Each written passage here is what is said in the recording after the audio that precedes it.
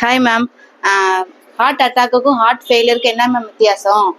தாத்தாவுக்கு வந்து ஹார்ட் ஃபெயிலியர்னு சொன்னாங்க. இப்போ மருந்து சாப்பிட்டு கொஞ்சம் நல்லா இருக்காங்க. அதை பற்றி கொஞ்சம் சொல்கிறீங்களா மேம்?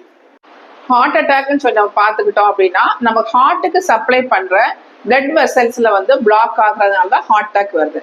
சிலவங்களுக்கு பார்த்தீங்கன்னா 60% பிளாக் இருக்கும், 80% பிளாக் இருக்கும். எப்போவும் சில பேஷண்ட்ஸ் பார்த்தீங்க அப்படின்னா, நம்ம பார்த்துட்டு நல்லா விளையாண்டுட்டு இருப்பாங்க, ஜிம்ல எக்ஸசைஸ் பண்ணிட்டு இருப்பாங்க, அப்படியே மயங்கி விழுவாங்க, டெத் ஆயிருவாங்க. நம்ம நிறைய பார்த்துருக்கோம். அது காரணம் என்ன அப்படின்னா, கம்ப்ளீட் பிளாக், அதாவது 100% பிளாக் ஆகும்போது தான் பிளட் சப்ளை இல்லாம ஹார்ட் வந்து இயங்குறது நின்று போயிருது. இதான் ஹார்ட் அட்டாக்னது. இது வந்து ஒரு எமர்ஜென்சி கண்டிஷன், அக்யூட் ஆன்செட்டா இருக்கும். கண்டிப்பா ஹாஸ்பிட்டலைஸ் பண்ணி அவங்கள த்ராம்போலைஸ் பண்ணாதான் நம்ம ரெக்கவரி அவங்கள கொண்டு வர முடியும்.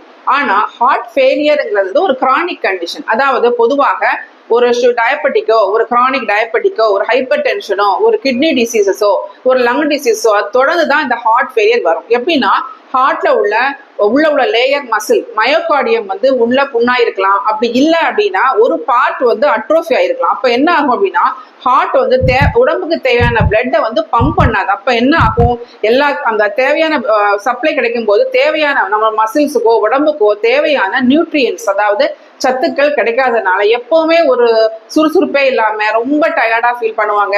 அன்றாட வேலைகளே செய்ய முடியாம போகும். ஆனா இது ஒரு கிரானிக் கண்டிஷன் தான். கண்டிப்பா இந்த மாதிரி இருந்தாலும் நம்ம தகுந்த மருத்துவரை அணுக வேண்டும். அணுகி நம்ம திறந்த வைத்தியம் பார்க்கணும். ஹார்ட் அட்டாக்ங்கிறது வந்து ஒரு அக்யூட், கண்டிப்பா ஹாஸ்பிட்டலைஸ் பண்ணி தான் ஆகணும். ஹார்ட் ஃபெயிலியர்ங்கிறது ஒரு கிரானிக் கண்டிஷன். கண்டிப்பா இந்த மாதிரி சிம்டம்ஸ், அதாவது நம்மளால வேலை செய்ய முடியல, மூச்சு விட சிரமமா இருக்கு, படபடப்பு இருக்குன்னா கண்டிப்பா ஒரு தகுந்த மருத்துவரை நம்ம அணுக வேண்டும். நன்றி.